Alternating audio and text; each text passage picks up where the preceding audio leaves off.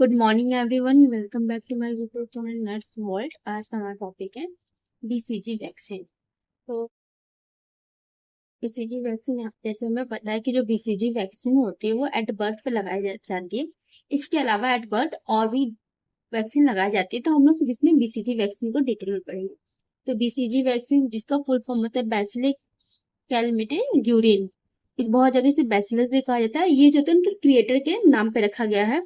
ये जो बीसीजी तो हमारा लाइव एंटीन्यूटेड बैक्टीरियल वैक्सीन होता है। तो ये हमारा कैसा होता है? लाइव एंटीन्यूटेड बैक्टीरियल वैक्सीन होता है।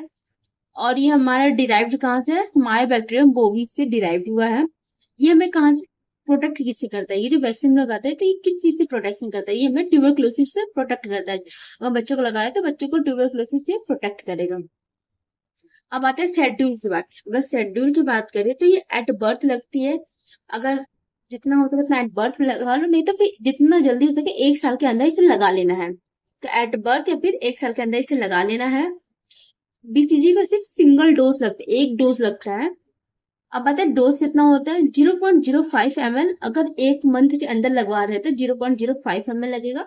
अगर 1 मंथ से ज्यादा हो गया, 1 साल के अंदर, तो कभी भी लगवाएंगे तो 0.1 ml लगेगा, उसका डोज डबल हो जाता है। अब आता है रूट। तो ये हमारा इंट्राडर्मल लगता है। साइड अगर देखा जाए तो लेफ्ट अपर आर्म या फिर डेल्टोइड रीजन में लगाया जाता है। अब ये जो अभी वैक्सीन जो लगती है लीव्स अ परमानेंट स्कार। ये जो वैक्सीन होता है बॉडी पे एक परमानेंट स्कार बन जाता है, एक मार्क बन जाता है।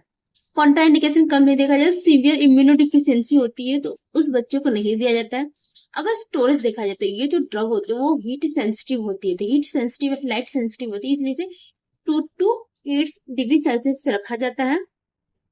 Discard unused vaccine after 4 hours after reconstruction. अगर हम लोग बीसीजी वैक्सीन को ओपन कर दिया तो उसे क्या, अगर ओपन कर दिया तो 4 घंटे बाद अगर वो यूज नहीं हुआ तो उसे तुरंत डिस्कार्ड करना है। 4 घंटे बाद उसे यूज नहीं कर सकते हैं। अगर डायल्यूट, जो बीसीजी वैक्सीन होती है उसको किस में डायल्यूट करते हैं? तो बीसीजी वैक्सीन को हम लोग नॉर्मल सेलाइन जो होता है, स्टेराइल नॉर्मल सेलाइन में डायल्यूट करते हैं। तो बीसीजी वैक्सीन को किस में डाइल्यूट करते हैं? उसे हम लोग स्टेराइल नॉर्मल सेलाइन में डाइल्यूट करते हैं। Thank you. This is all about BCG vaccine.